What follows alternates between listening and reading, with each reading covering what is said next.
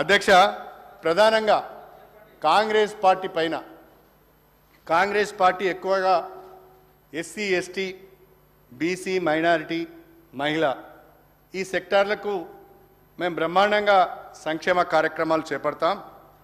మా 6 గ్యారంటీలు, మా అభయహస్తం, మా డిక్లరేషన్స్ అన్నీ కూడా వాళ్ళ ఆర్థిక సామాజిక అభివృద్ధి కొరకే ఉద్దేశించబడినవి అని చెప్పి చాలా బ్రహ్మాండంగా చెప్పింది అధ్యక్ష.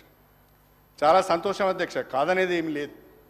కానీ ఎస్సీ ఎస్టీ బీసీ మైనారిటీ మహిళ యువత వీళ్ళ సంక్షేమానికి సంబంధించిన కేటాయింపులు చూస్తే చాలా బాధాకరంగా ఉన్నాయి. ఉదాహరణకు అధ్యక్ష, ఒక ఎగ్జాంపుల్, ఎందుకంటే మాటి మాటికి డిస్టర్బెన్స్ చేస్తున్నారు కాబట్టి ఒక మాట చెప్తున్నారు అధ్యక్ష. మేనిఫెస్టోలో ఒక మాట చెప్పారు అధ్యక్ష, యువతకు నిరుద్యోగ భృతి కింద నెలకు 4,000 రూపాయలు ఇస్తామని చెప్పారు.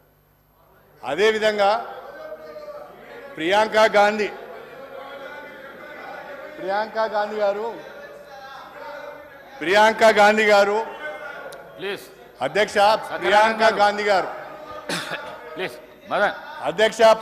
గాంధీ గారు కాంగ్రెస్ పార్టీ నిర్వహించిన సరూర్ నగర్లో నిర్వహించిన యూత్ డిక్లరేషన్లో పాల్గొంటూ నిరుద్యోగులకు నెలకు 4,000 రూపాయల భృతి ఇస్తామని చెప్పారు.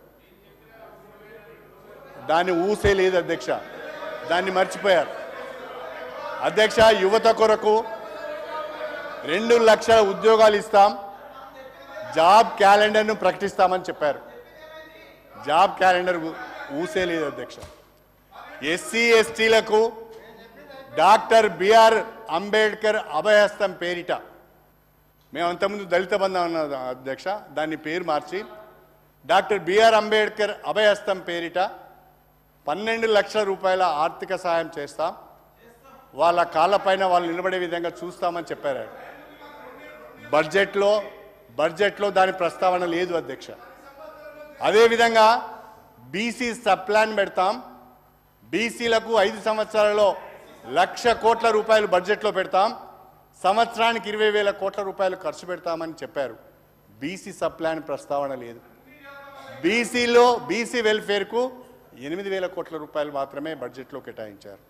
అంటే ఎస్సీ ఎస్టీ బీసీ మైనార్టీలను యువతను దారుణంగా కాంగ్రెస్ పార్టీ ఈ బడ్జెట్లో మోసం చేసింది అని చెప్పి ఈ సందర్భంగా నేను చెప్పదలుచుకున్నాను. దారుణంగా